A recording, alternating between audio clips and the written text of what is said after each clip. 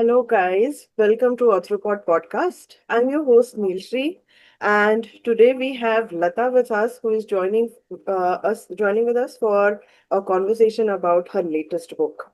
And first, let me introduce her to you. Lata uncovers captivating tales in the mundane. Her writing weaves compelling narratives around resilient characters with charming imperfections entwined in captivating plots. With a remarkable career spanning 3 decades in journalism and behavioral training, she is a versatile talent. In her leisure moments, you will find Lata engrossed in reading, penning her thoughts, or in yoga session. For a taste of her adventurous side, whisk her away to the mountains where her spirit truly soars. A renowned speaker on emotional intelligence and leadership, she has conducted over 3,800 workshops and has trained over 85,000 people. Lata has 5 published works. The first one is a psychological thriller entitled Incognito. The next in line is Prisoners of Secrets, a gripping relationship drama. The next one is Road to Abana, an enthralling historical thriller. The fourth one is Not Before You, an ode to parenthood. And her latest release is A Tale of Two Kitchens, which is a memoir cookbook. And it is beyond her literary pursuit that she has come up with this book. So, Lata is an active member of Inner Wheel. Her boundless energy finds its wellspring in her loving family, husband Sunil Gwalani, son Sagar, daughter in law Kaushalya, and pet dog Monk. Lata, thank you for joining us today. Thank you for having me. So, as we already mentioned, you are engrossed in reading. My very first question to you is, who are your favorite authors, the one who have influenced your focus on flawed characters and vivid settings? Wow, great question to start off with. At different phases of my life, I've had a different kind of list of favorites. But of late, I have been really leaning towards Frederick Backman and his purely honest, candid writing style of writing about a community of ordinary people and with a lot of flawed characters. And then he just makes you fall in love with those characters. Then, of course, I love Elena Ferrante's work. I recently read her My Brilliant Friend. And I simply love that very incisive and honest writing of human relationships, and the complexities and the inner lives of women that really appeal to me in that book of hers. And then, of course, Chimamanda Ngozi, the Nigerian author, for her definition of feminism, her portrayal of feminism, and racism, casteism, and yeah, all of that, and again, very honest and the emotional depth of her writing. So of late, I've been turning to them, and closer home, Perumal Murugan for his rooted realism, if I may say so, of Yeah. rural South India. Yeah, that really appeals to me.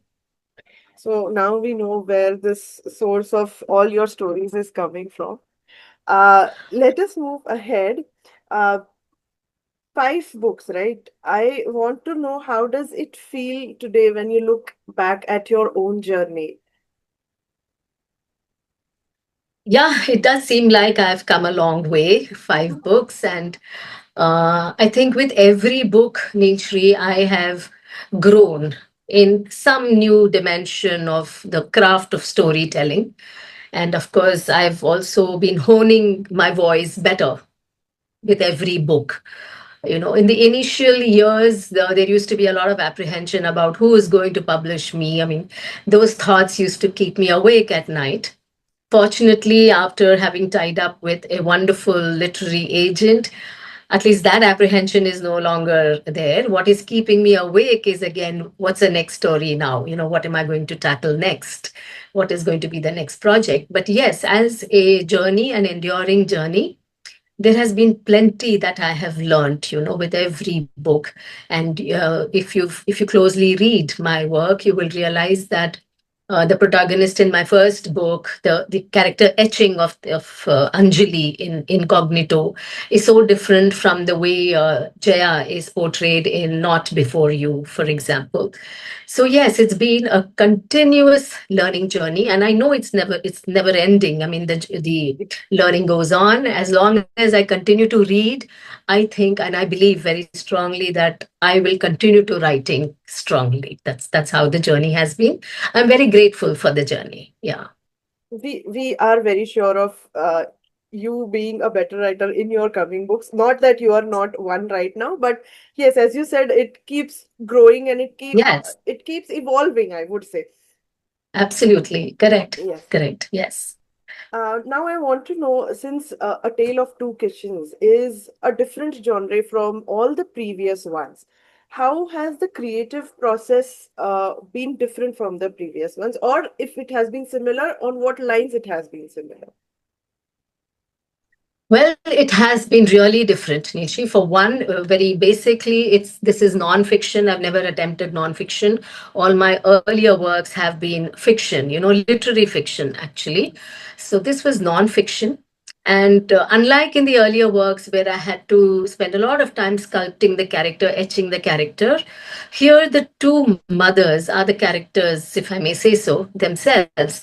And I had to project them the way they are. The portrayal had to be so real. Yes. So I mean, on a lighter note, I didn't want my family and relatives, reading the book and saying, "Is this really true? This is not how our mother was," or something like that. So rather than sitting with a chisel and a hammer and sculpting the character, in this work, I had to hold a mirror to the two mothers, Right. literally portray them the way they were. I wanted so much of congruence with the readers here. And so, yeah, that's how, so the process was totally different. It was depicting it in a very nice way, in a very appealing way to the reader, but then being so true to the characters themselves. It was just, as I said earlier, like holding the mirror. Each one of them came with their distinct personalities. So it was a very, very different process. At every point in the writing journey of this book, I had to stop and remind myself that is this the real mother that I'm talking about? Has this really happened? Is this what it is? And then I think I'm very happy with the output, the way I've been able to reflect the reality. So, with this, you have already given the hint to my next question, Lata, which is it's not easy to write memoirs, right? While as authors, we wish to keep it as open as possible, there are a few personal incidents we would like to hide as well. So, how did you decide to draw the boundary? I mean, where did you draw that line for yourself? Oh, yes, this was truly a challenge because usually, you feel it's a memoir, so I can just go overboard and pour it all out. While that temptation was there, on and off, I just remained very alert to the fact that I need to keep my reader in mind.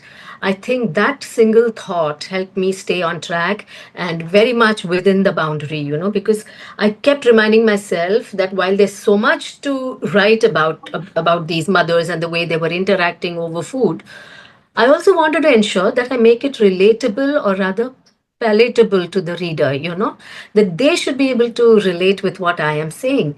So that constant reminder, almost like an alarm, like I'm setting an alarm for myself. I kept that in mind all the time, and that's how I could filter out a lot of the other things. And I literally contained myself.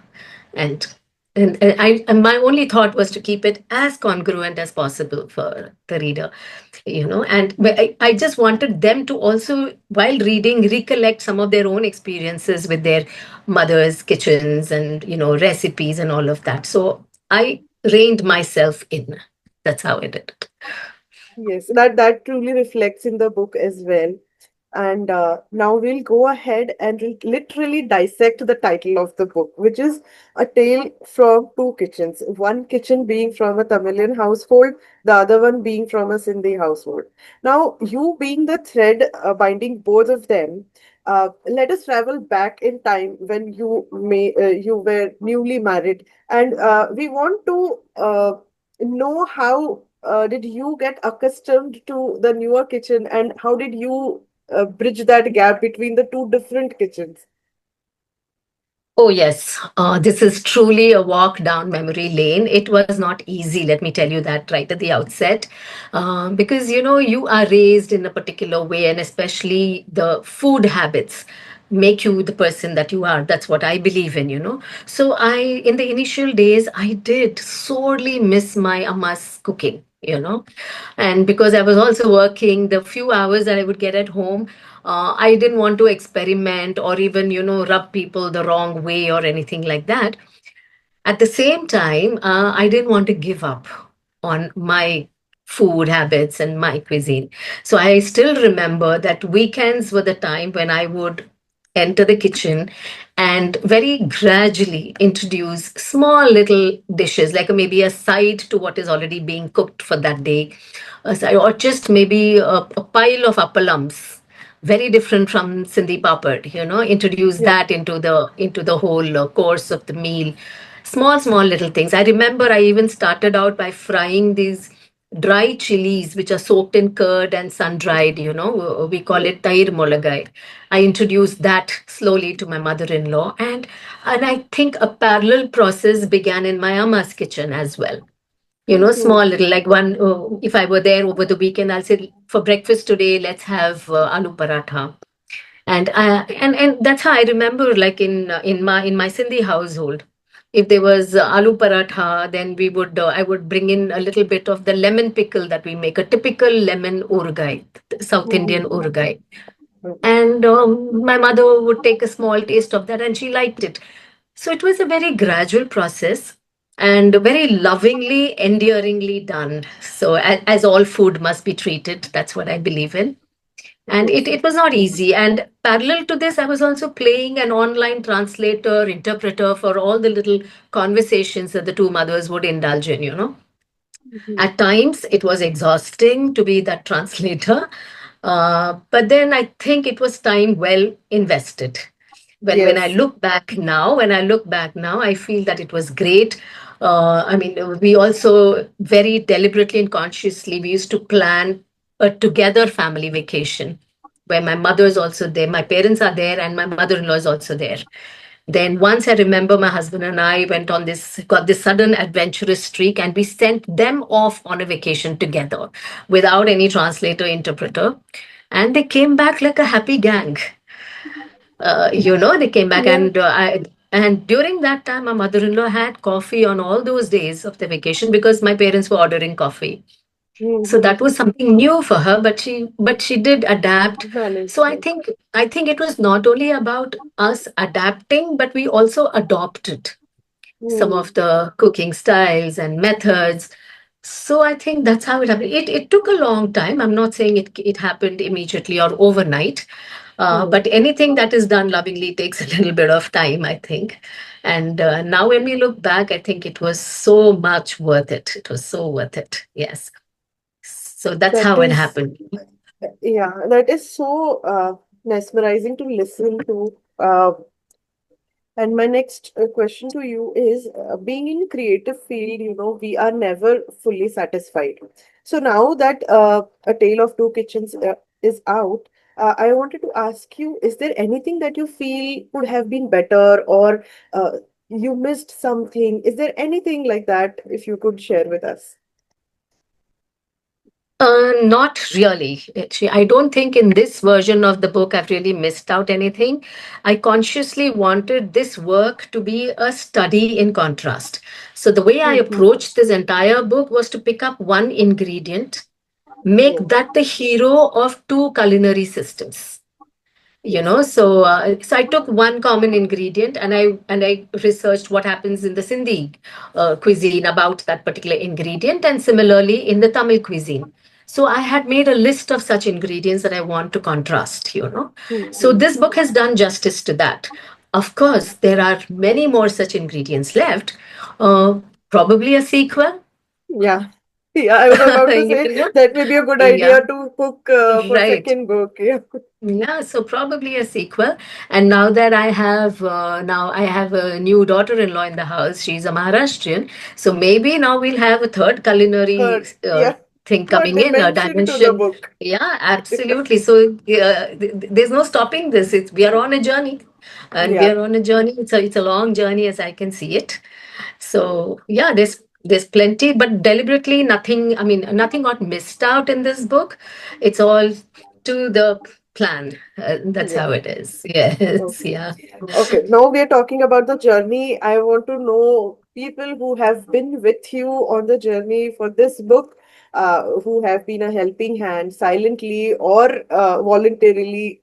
Anyways, you would like to talk about the illustrator and the publisher, the photographer, and yes, please let us Oh know my about God, them yes. also. Yeah. The one thing I learned while during the making of this book is that it's not true that always too many cooks can spoil the broth. Yeah. Because there have been so many people with expertise and such expert inputs who have contributed to the way the book looks today. And when I hold the book in my hand, I feel so proud of it. And for me, this book from cover to cover holds so much of nostalgia, affection, and all of that put together.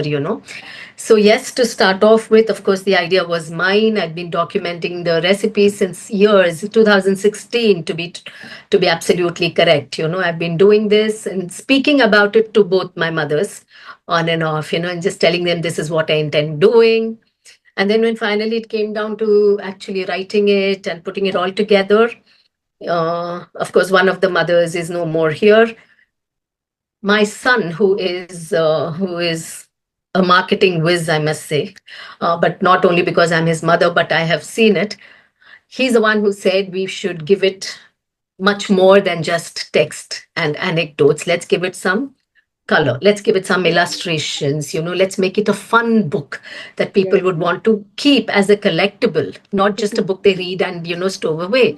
It can be a collectible, it can make for a great gift.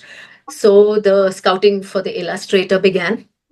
So it was a blind search, just went on to social media and typed in that, I'm looking for an illustrator for a cookbook. 5 or 6 people responded. I got in touch with them. And then in response, there was this one lady who got back. And then it's a small world, believe me, Nilshri, because she is a Tamilian. She's in Mm-hmm. Austin. She's there. And she grew up in a Sindhi society. So she Right. understood completely what this book was all about. We've never met till date. Mm-hmm. And then once she was signed on, we used to have late night calls where I would describe the recipe to her and tell her what was the anecdote which was the hero of that recipe, and then she would go back to her sketching board and she drew, and that's how the whole thing has come alive. So Anita Rajagopal, hats off to you for those beautiful magical illustrations. And then enter the photographer. So I told you my daughter-in-law is a chef, and in her fraternity there was Nikhil Bendre, whom she introduced me to, and he is a fantastic, a very gifted food photographer. So he kept a weekend free for himself. He came over, and the whole house, the lived-in kitchen, turned into I don't know what, a marathon cooking space. Over 2 days, I cooked all the recipes which are there in the book, Mm-hmm. and my kids helped me with the plating and putting it all out there on the table for Nikhil to shoot. And we had a wonderful time. At the end of it, there was lots of food to eat as well. Eat, yeah. And you, yeah, and you've seen the book, you've seen the brilliant Yes, yes. photography in the book. Then, of course, my husband, who's been with me through all my books. He is my first editor, my last editor, my biggest critic, and my biggest fan. So, yeah, he's been there for me for every book. He's been through all my mood swings, my sudden insecurities about the book. So, thank you so much, Sunil, for that. I mean, there's no word that can thank you enough for it. And of course, my superwoman literary agent, Lalita Ravindran of First Forays Literary Agency, whose only diktat to me is you keep writing, you don't worry about anything else. You Mm. just do the writing. And so when she saw the making of this book, she said, we are going to pitch this as a semi coffee table book, and we're going to Mhm. make it something that has very lasting value, beyond the bookshelf. So I think that's how this book has come to be. And the publishers, Amaryllis Publishers, they saw the value in it, and they too wanted it to be like a semi coffee table Coffee book. table. Yes. And then we had a fabulous launch during the World Book Fair in Delhi. And what more can I ask? I mean, there's so many people involved in the making of this, and thank you, everybody. Yes.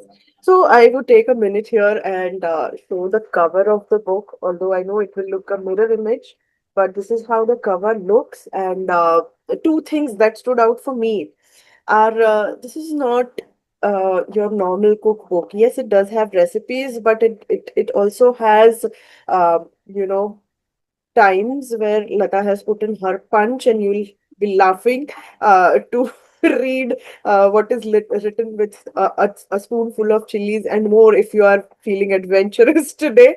So, yeah, that sort of makes it stand out of any other cookbook or recipe book that would be there in the market right now. And as you said, as your son recommended, the illustrations and the real photography. Yes, they both have made this book a product that will last for years to come. Plus, anybody who buys it will keep it as a keepsake. I mean, they won't give it away so easily. They will keep it because it is so rooted in culture. Both the cultures are equally balanced, Sindhi as well as Tamilian. Both the cultures are equally balanced. And we rarely get literature where we get to learn about our cultures these days. So, yeah, this book is a keepsake for me that ways. Okay, now coming to the fun part, Lata. We want to see a day in life of Lata, but let us make it food version. So, your morning ritual, your breakfast, till your dessert for the dinner, everything we want to know. One day in your life, an ideal day. Wow. And food wise, food Yes, wise. food wise, yeah. Okay. So my mornings usually begin with warm water with a little bit of CCF into it. What is CCF? It's a homemade mix that we I make and keep. It's got cumin, coriander, and fennel. So it's a Mm-hmm. nicely roasted and ground thing. A pinch of that in my warm water. I have that, followed by a nice generous cup of ginger chai. I love that. I start my mornings with that. In fact, I think that's when I wake up actually. After my chai. Yes. And that's a nice sit down chai session. Sit, Mm-hmm. relax, have that, all of that. Then there is wholesome breakfast always at home. And because we come from two cuisines and culinary backgrounds, it's really a great mix. On some days, it is very South Indian idlis and dosas and coconut chutney and all of that. On some days, it is when we feel like it. It's a very nice, generous supply of aloo paratha with a Mm-hmm. blob of butter on it. Yes, Yeah. and Yes. or our family favorite, the Sindhi koki, Mm-hmm. which is onion paratha. We have that as breakfast, followed by a fruit or something like that. Then Mm-hmm. lunch is also a nice hearty meal. We usually have rice at lunch. So rice with either a Sindhi gravy, vegetable, or a Tamil rasam or sambar, or a Sindhi curry, or simply kokam wala dal, which is again a Sindhi, my mother-in-law's version of the dal tadka.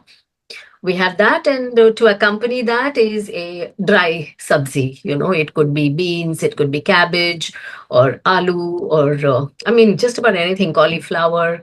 Uh, in fact, I'm blessed that my family eats all kinds of vegetables. So we just wait for the season to turn, and then we are, eating those vegetables. There's always pickle as part of every meal. My husband is very fond of pickles, and there's always a small plate, a small dish of fresh green chili, raw Mm-hmm. green chili, the mound of salt, and sliced lime for him. He Mm-hmm. loves to have green chilies as part of his meal. So that is there. That's usually lunch, followed by a glass of buttermilk, Mm-hmm. usually. Evening is usually it's a toss up between again adrak wali chai or filter coffee. Hmm. So we usually lean towards filter coffee. Hmm. That's what we do. Evening is that. Again, it's a sit down thing. It's made and drunk when everyone in the house is free around the same time. So that's again a family activity. We do that.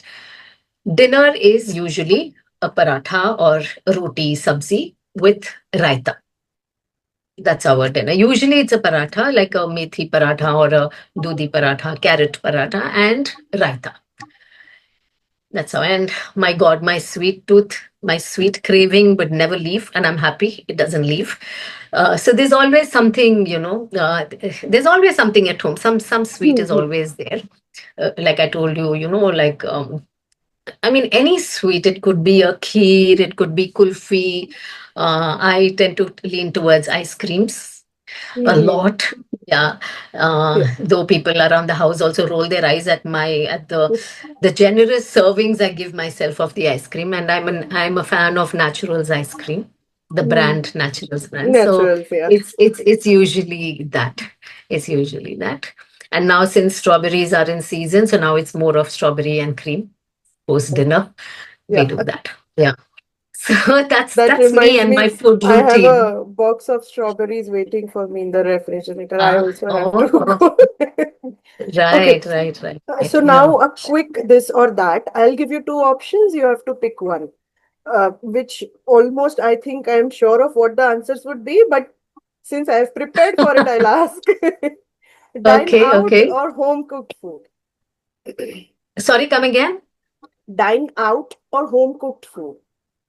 Oh, I would say a good balance of both. I love to do that. While there's a lot of, I mean, we do a lot of home eating home cooked food, but we also dine out quite a bit. So I would say 50-50. Okay. Jumping on food trends or sticking to roots? Sticking to roots anytime for me. Yeah. Okay. I'm Ribbon impartial. That. Yeah. ribbon pakoras or kanda bhaji? Oh, ribbon pakoda. Yeah, Okay. my favorite. Yeah. Shira or meaty semiya? Shira. And more the Tamilian variety called the Kesari. Mm-hmm. I like that. Yes. I like that. Yeah. And the most controversial is the last one, tea or coffee? My God, you've really caught me on that. Tea in the morning, coffee in the evening. I knew that That's how would be I a would smart like answer. it. Okay. Yeah. With that, we have come towards the end of this scrumptious chat. I would say we have heard so many culinary delights in this episode alone that I may not have talked about food in the rest of my episodes. So, uh, yes, thank you for Uh, your time, Lata, and thank you for being so generous with your responses.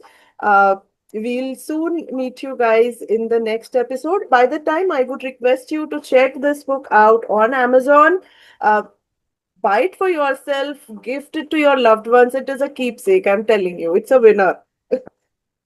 Thank you, Lata. thank, thank you so much, Nilshi. It's been a pleasure. Thanks.